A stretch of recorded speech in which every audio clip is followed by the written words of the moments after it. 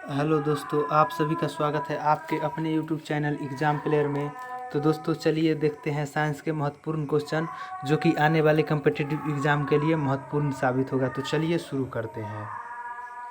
First है, कौन से रोग के उपचार में डायलिसिस किया जाता है? किस रोग से उपचार में डायलिसिस का प्रयोग किया जाता है? तो ये है गुर्दे यानी किडनी में जब कोई विकार हो जाता है, जो किडनी खराब हो जाती है, तो उसमें डायलिसिस का प्रयोग किया जाता है, जिसमें जो किडनी है वो ब्लड को साफ नहीं कर पाता है, जिसके कारण शरीर में अनेक प्रकार की बीमारियां होने लगती है। तो डायलिसिस का प्रयोग गुर्दे की खराबी, किडनी की खराबी में डायलिसिस का प्रयोग किया जाता है। सामान्यतः निम्नलिखित में से कौन सा कैंसर का कारण नहीं है? इसमें से 4 ऑप्शन में से कौन है जो कैंसर का कारण नहीं है? तो ये ट्रांसमिशन जो है, ट्रांसमिशन ये कैंसर का कारण नहीं, लेकिन पर्यावरणीय कारण, अनुवांशिकी उत्परिवर्तन, अनुवांशिकी संशोधन, इन सभी से कैंसर उत्पन्न होता है, लेकिन ट्रांसमिशन से कैंसर उत्पन्न नहीं होता है। नेक्स्ट है, कैंसर के उपचार में निम्नलिखित में से किसका प्रयोग किया जाता है? कैंसर जब रोग होता है तो उसके उपचार के लिए किसका प्रयोग किया जाता है? तो ये इसे कीमोथेरेपी का उपयोग कैंसर के उपचार में किया जाता है। यही क्वेश्चन है कि कीमोथेरेपी किस रोग के उपचार के लिए? तो ये कैंसर के उपचार के लिए कीमोथेरेपी किया जाता है। नेक्स्ट है, सामान्यतः रक्त कैंसर के रूप में निम्नलिखित में से किसे वर्गीकृत नहीं किया जाता है? क्या है कि रक्त कैंसर के रूप में इनमें से क्या है जिसको हम वर्गीकृत नहीं किया जाता, रक्त वर्गीकृत नहीं करते हैं रक्त कैंसर में? तो ये है क्या? कार्सिनोमा। कार्सिनोमा जो है यह रक्त कैंसर नहीं, यह है त्वचा कैंसर जो है वह कार्सिनोमा को त्वचा कैंसर कहते हैं।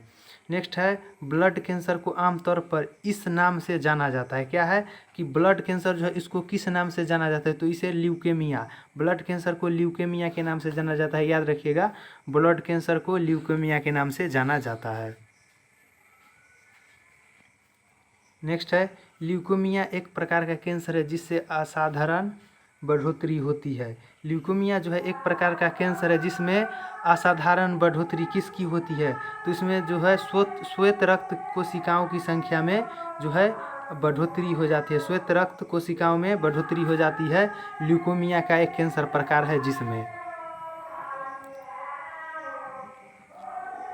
नेक्स्ट है, निम्नलिखित में से किसका उपयोग रक्त कैंसर के उपचार में किया जाता है? यह इनमें से कौन है 4 ऑप्शन में से जिसका प्रयोग जो है वह ब्लड कैंसर के उपचार में किया जाता है? तो ये है कोबाल्ट 16 का उपयोग जो है वह ब्लड कैंसर में किया जाता है। नेक्स्ट है, ल्यूकेमिया एक प्रकार का मानव रोग है जो क्या करता है? सफ़ेद कोशिकाओं का कैंसर है। ल्यूकेमिया जो हुआ सफ़ेद कोशिकाओं का कैंसर है। नेक्स्ट है, रक्त में आरबीसी के बढ़ने से कौन सी स्थिति बन जाती है? क्या है कि जब रक्त में आरबीसी जब बढ़ती है तो उससे कौन सी स्थिति बन जाती है? तो ये पॉलीसाइथेमिया, रक्त में आरबीसी की मात्रा बढ़ने से पॉलीसाइथेमिया जो है वह पॉलीसाइथेमिया की स्थिति बन जाती है। नेक्स्ट है, मलेरिया संबंधित है। मलेरिया जो है वह किससे संबंधित है? तो मलेरिया जो है वह ज्वर से संबंधित है। मलेरिया में तेज बुखार आ जाता है, तो मलेरिया ज्वर से संबंधित है। नेक्स्ट है, एनोफिलीज मच्छर कौन से वेक्टर वाहक करता है? सही विकल्प चुनिए। क्या है कि मादा एनोफिलीज मच्छर जो है वह कौन सा वेक्टर का वाहन करता है? तो ये जो है वह मलेरिया और डेंगू दोनों को ये वाहक है। तो इसे याद रखिएगा, मलेरिया और डेंगू ये मलेरिया और फाइलेरिया। एनोफिलीज मच्छर जो है मलेरिया और फाइलेरिया दोनों, तो याद रखिएगा 1 और 2 दोनों सही उत्तर हो जाएगा इसका। तो मादा एनोफिलीज मच्छर जो है वह मलेरिया और फाइलेरिया दोनों का वाहन करती है। नेक्स्ट है, मलेरिया परजीवी की निम्नलिखित में से कौन सी अवस्था संक्रामक है? मलेरिया जो परजीवी है उसका कौन सा अवस्था जो है वह सबसे अधिक संक्रामक है? तो ये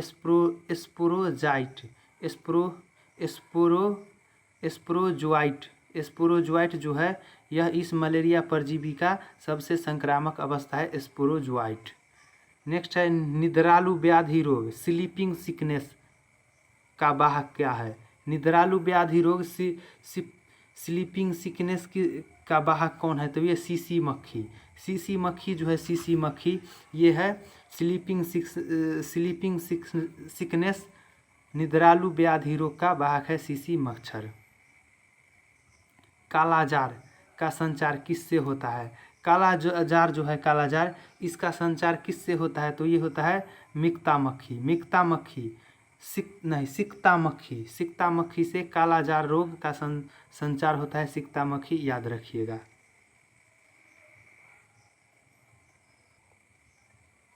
निम्न में से कौन सी धातु इटाई इटाई रोग पैदा करती है? वह कौन सा धातु है जो इटाई इटाई रोग पैदा करती है? तो ये कैडमियम। कैडमियम धातु जो है, कैडमियम धातु ये इटाई इटाई रोग पैदा करता है। कैडमियम धातु से इटाई इटाई रोग होता है। नेक्स्ट है गलंड, वर्धित अवट्टु ग्रंथि का बढ़ना मुख्य किसकी कमी के कारण होता है? गलंड जिसको हम घेघा या ग्वाइटर भी कहते हैं, इसमें वर्धित अवट्टु ग्रंथि, थायराइड ग्रंथि जो है वह बढ़ जाता है। यह किसकी कमी के कारण होता है? तो ये याद रखिएगा, आयोडीन। आयोडीन की कमी के कारण जो है गलंड यानी कि घेघा रोग उत्पन्न होता है आयोडीन की कमी से। नेक्स्ट है घेघा नामक रोग किसकी कमी से? तो ये आयोडीन की कमी से होता है।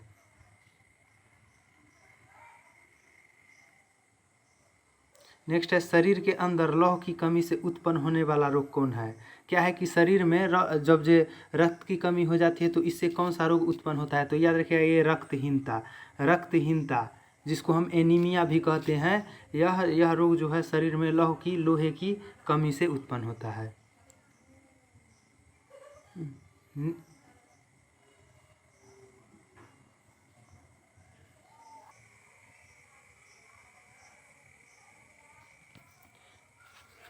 नेक्स्ट है मिनीमाता रोग।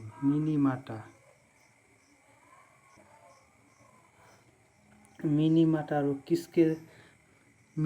रोग किसके द्वारा पानी के प्रदूषण से फैलता है? मिनीमाता रोग जो है, मिनीमाता किसके द्वारा पानी के प्रदूषण से फैलता है? तो मिनीमाता रोग जो है वह पारद जिसको पारामरकरी भी कहते हैं, यह इसमें पानी में जब पारद की मात्रा अधिक हो जाता है तो मिनीमाता रोग उत्पन्न होता है।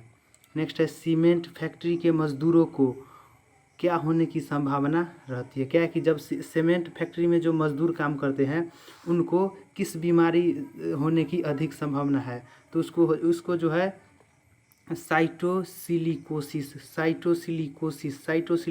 होने की अधिक संभावना है। यह फेफड़ों को प्रभावित करने वाला बीमारी है, साइटोसिलिकोसिस। नेक्स्ट है श्वेत फुफ्फुस रोग क्या है? श्वेत फुफ्फुस रोग जो है वह क्या है? तो ये है कागज उद्योग के कर्मचारियों में होता है। कागज उद्योग के कर्मचारियों में श्वेत फुफ्फुस रोग होता है, कागज उद्योग के कर्मचारियों में।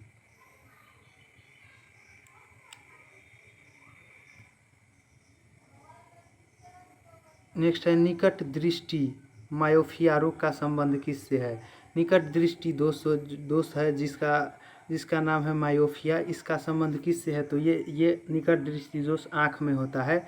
मायोपिया जो होता है आँख में, जिसमें दूर की वस्तु नहीं दिखाई देता है, इसके उपचार के लिए उत्तल लेंस का प्रयोग किया जाता है। निकट दृष्टि दोष में दूर की वस्तु स्पष्ट नहीं दिखाई देती है लेकिन पास की वस्तु स्पष्ट दिखाई देती है, तो यह जो है इसके उपचार में उत्तल लेंस का प्रयोग किया जाता है। नेक्स्ट है प्रत्यय अम्ल एंटासिड किससे राहत दिलाने वाले औषधियों में पाया जाता है? क्या है कि एंटासिड जो है वह प्रत्यय अम्ल किससे राहत दिलाने वाले औषधियों से किया जाता है? तो ये जो है यह पेट दर्द में एंटासिड का प्रयोग किया जाता है। जब पेट में अधिक गैस बनने लगता है तो एंटासिड, इनो पीते हैं तो इनो जो है वह एक एंटासिड का उदाहरण, तो याद रखिएगा एंटासिड पेट दर्द में प्रयोग होता है। नेक्स्ट है थैलेसीमिया एक अनुवांशिकी रोग है जिससे प्रभावित होता है। थैलीसीमिया जो है, थैलीसीमिया यह एक प्रभावित रोग है। यह थैलीसीमिया में कौन सा एक अनुवांशिकी रोग है जिससे क्या प्रभावित होता है, तो याद रखिएगा रक्त प्रभावित होता है थैलेसीमिया से। रक्त प्रभावित होता है जिसमें रक्त में ज़्यादा लौह जो है वह जमाव हो जाता है, रक्त में ज़्यादा लौह जम जाता है, जिसके कारण थैलेसीमिया अनुवांशिकी रोग होता है। नेक्स्ट है, निम्नलिखित में से कौन सी एक व्याधि अनुवांशिकी है, वह कौन सा है जो व्याधि अनुवांशिकी है, तो ये याद रखिएगा, ये एक हीमोफीलिया जो है वह एक व्याधि अनुवांशिकी है, जिसमें जो है वह मरीज का किसी भाग जो है वह अगर किसी कारण से कट जाता है तो वहाँ से जो है रक्त गिरना बंद नहीं होता है, तो जिसमें रक्त का थक्का नहीं बन पाता है, तो हीमोफीलिया है एक अनुवांशिकी रोग। नेक्स्ट है अतिरक्त स्राव, हेमोफीलिया है, क्या है, तो इसमें जो है यह एक प्रकार का अनुवांशिकी विकार है। अनुवांशिकी विकार हीमोफीलिया है जिसमें रक्त का थक्का नहीं बन पाता है, रक्त नहीं जम पाता है। नेक्स्ट है, निम्नलिखित में से हीमोफीलिया का लक्षण कौन सा है, तो हीमोफीलिया का जो लक्षण है वह है रक्त का थक्का न जमना, रक्त का थक्का न जमना हीमोफीलिया के लक्षण है। नेक्स्ट है, आमतौर पर वर्णांधता कलर ब्लाइंडनेस क्या है, वर्णांधता क्या है, तो यह भी एक अनुवांशिकी प्रकृति के रोग है जिसमें लाल, हरा और नीला रंग का जो है वह पहचान नहीं हो पाता है, तो क्या है, वर्णांधता एक अनुवांशिकी प्रकृति रोग है।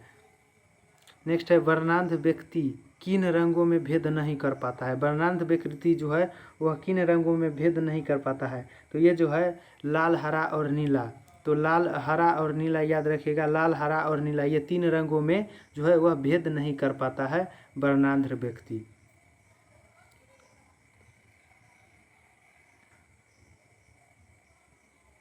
नेक्स्ट है, मनुष्य में एफ्लाटॉक्सिन खाद्य विषाक्तता द्वारा सामान्यतः कौन सा अंग प्रभावित होता है, एफ्लाटॉक्सिन खाद्य विषाक्तता जो है वह इससे कौन सा अंग प्रभावित होता है, तो ये जो है इससे जो होता है यकृत यानी कि लीवर जो प्रभावित होता है। एफ्लाटॉक्सिन जो है वह एक शराब और अल्कोहल में एफ्लाटॉक्सिन पाया जाता है जो कि एक लीवर को प्रभावित करता है। नेक्स्ट है, निम्नलिखित में से कौन सा पथरी के गठन का कारक नहीं है, वह कौन सा है जो पथरी के गठन का कारक नहीं है, तो अधिक पानी पीना, डायबिटीज मेलेटिस, ऑक्जेलेट से भरपूर नट्स लेना, पथरी बनने वाले खाद्य पदार्थों का अत्यधिक सेवन, तो अधिक पानी पीने से जो है वह पथरी का गठन नहीं होता है, अधिक पानी पीने से।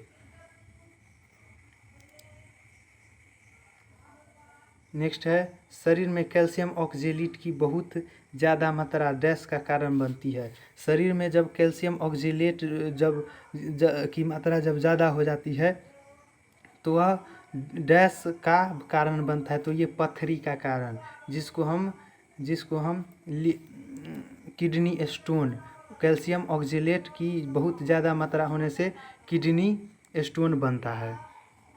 नेक्स्ट है, गाइनेकोमैटिसिया क्या है, गाइनेकोमैटिसिया क्या है, तो गाइनेकोमैटिसिया है पुरुषों के स्तन का विकास, पुरुषों के स्तनों का विकास जो है वह गाइनेकोमैटिसिया है, जिसमें टेस्टोस्टेरोन की कमी हो जाती है तथा एस्ट्रोजन हार्मोन की वृद्धि हो जाती है, पुरुषों में स्तनों का विकास होने लगता है गाइनेकोमैटिसिया में, जिसमें टेस्टोस्टेरोन हार्मोन की कमी हो जाती है और एस्ट्रोजन हार्मोन की में वृद्धि होने लगता है। नेक्स्ट है, निम्नलिखित में से क्या अलिंग सूत्रीय अव्यवस्था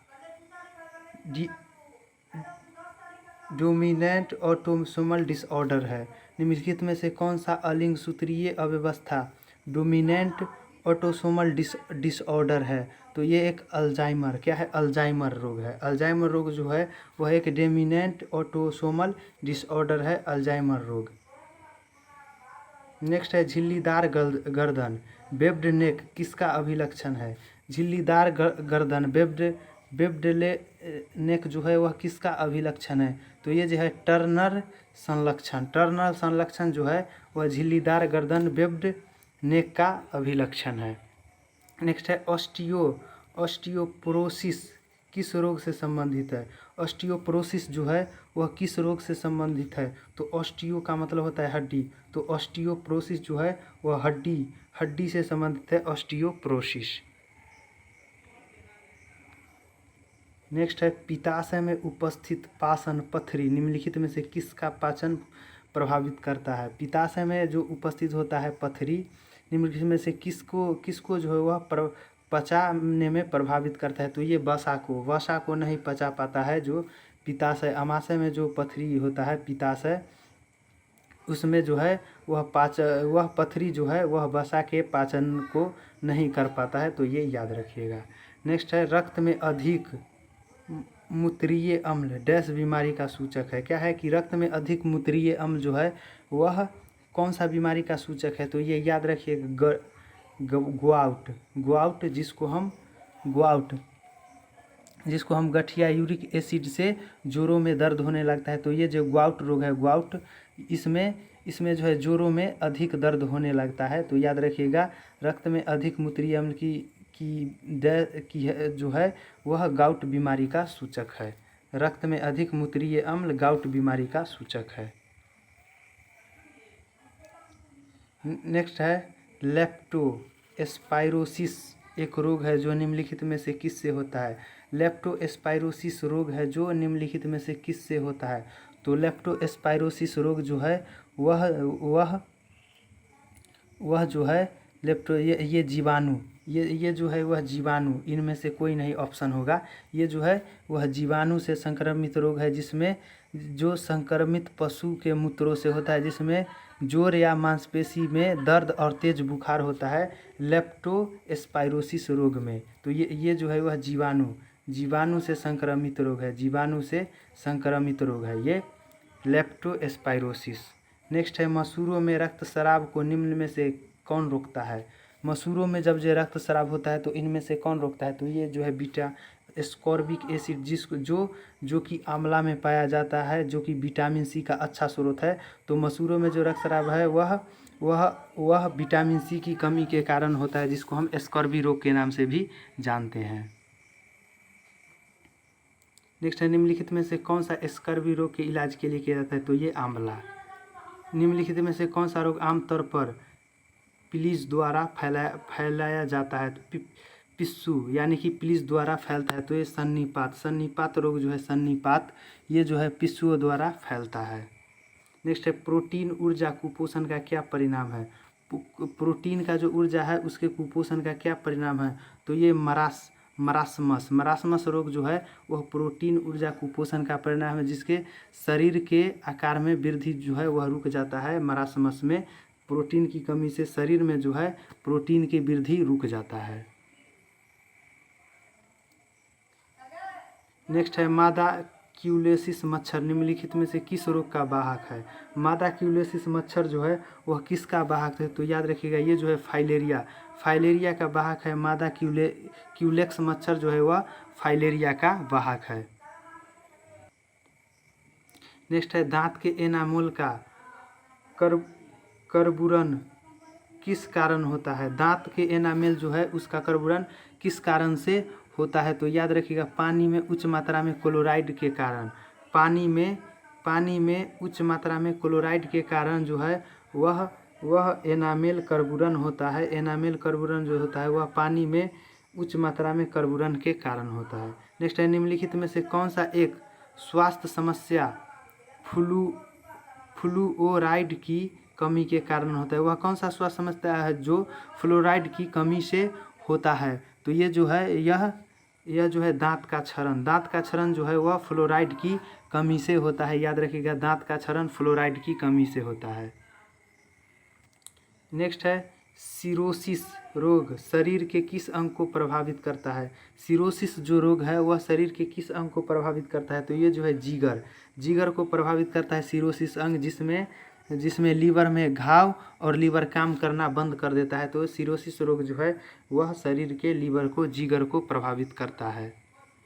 नेक्स्ट है सफ़ेद दाग ल्यूकोडीमा का इलाज निम्नलिखित में से किस हर्बल दवा द्वारा किया जाता है? सफ़ेद दाग ल्यूकोडीमा का इलाज किस हर्बल दवा से किया जाता है? तो ये ल्यूकोसिन से जो है वह ल्यूकोडीमा सफ़ेद दाग का इलाज किया जाता है, याद रखिएगा। नेक्स्ट है मानव में गुणसूत्र संख्या 21 की त्रिगुणसूत्रता उत्तरदायी है। मानव में गुणसूत्र संख्या 21 की जो है त्रिगुणसूत्रता उत्तरदायी किसके लिए? तो ये डाउन सिंड्रोम के लिए। 21 गुणसूत्र जो है वह डाउन सिंड्रोम के लिए उत्तरदायी है। नेक्स्ट है कौन सी बीमारी दिल से संबंधित नहीं है? वह कौन सी बीमारी है जो दिल से संबंधित नहीं है? तो डिप्थीरिया जो है डिप्थीरिया ये दिल से संबंधित नहीं है, ये एक गले में होने वाला रोग है डिप्थीरिया। नेक्स्ट है डैश रोग मुख्यतः व्यावसायिक स्वास्थ्य खतरों के कारण होता है। वह कौन सा रोग है जो व्यावसायिक स्वास्थ्य खतरों से के कारण होता है? तो ये सिलिकोसिस रोग जो है वो व्यावसायिक स्वास्थ्य खतरों से होता है, जिसमें जो है फेफड़ा ये जो है सिलिकोसिस ये फेफड़ा को प्रभावित करता है, तो याद रखिएगा सिलिकोसिस रोग में फेफड़ा जो है वह प्रभावित होता है। नेक्स्ट है मानव में बैक्टीरिया के संक्रमण का सबसे आम इलाज कौन है? मानव में जो बैक्टीरिया का संक्रमण होता है उस संक्रमण का सबसे आम इलाज कौन सा है? तो ये जो है एंटीबायोटिक्स ये मानव में बैक्टीरिया का संक्रमण का सबसे आम इलाज है, तो ये याद रखिएगा।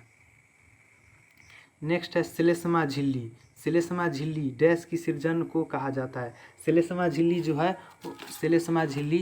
यह किसके सर्जन को कहा जाता है? तो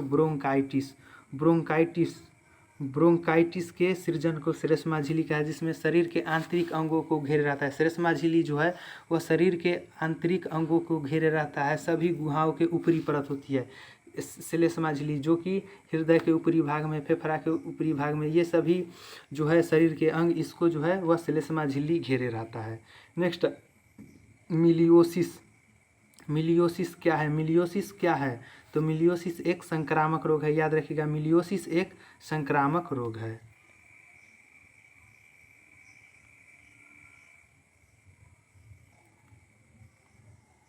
नेक्स्ट है पादप विज्ञान फाइटोलॉजी में किसका अध्ययन किया जाता है? पादप विज्ञान फाइटोलॉजी में किसका अध्ययन किया जाता है? तो याद रखिएगा ये पौधों के अध्ययन को फाइटोलॉजी कहते हैं।